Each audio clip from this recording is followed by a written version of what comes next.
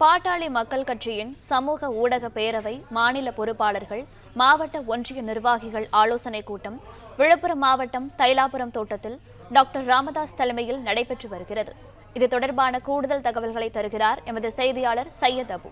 சையத் அபு, வணக்கம். இது பற்றிய மேலும் விவரங்கள் என்ன? பதிவு பண்ணுங்க. வணக்கம்.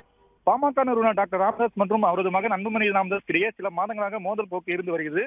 கடந்த சில தினங்களுக்கு முன்பாக செய்தியாளர்களை சந்தித்த டாக்டர் ராமதாஸ் அன்புமணி ராமதாஸ் மீது பல்வேறு அடுக்கடுக்கான குற்றச்சாட்டுகளை வைத்து வருகிறார். குறிப்பாக பாஜகவுடன் கூட்டணி வைத்தும் எனக்கு தெரியாது, மேலும் எனது குடும்பத்தில் இருக்கிறவர்கள் அரசியல் இருக்கக்கூடாது என கூறியிருந்தேன். ஆனால் அதையும் மீறி எனது மருமகள் அரசிற்கு வந்தார், அது எனக்கு பிடிக்கவில்லை என பல்வேறு குற்றச்சாட்டுகளை டாக்டர் ராமதாஸ் அன்புமணி ராமதாஸ் மீது வைத்தார். இந்த நிலையில் நேற்று பனையூரில் பாமக சமூக ஊடக பேரவை ஆலோசனை கூட்டம் அன்புமணி ராமதாஸ் தலைமையில் நடைபெற்றது. அப்போது டாக்டர் அன்புமணி ராமதாஸ் பேசுகையில் பாஜகவுடன் கூட்டணி வைத்தது டாக்டர் ராமதாஸுக்கு தெரிந்தே வைக்கப்பட்டது. ஆனால் அவர் ஏன் இது போல பேசுகிறார் என்று தெரியவில்லை. கடந்த 5 வருடங்களாக அவர் அவராகவே இல்லை, குழந்தை போல் மாறிவிட்டார்.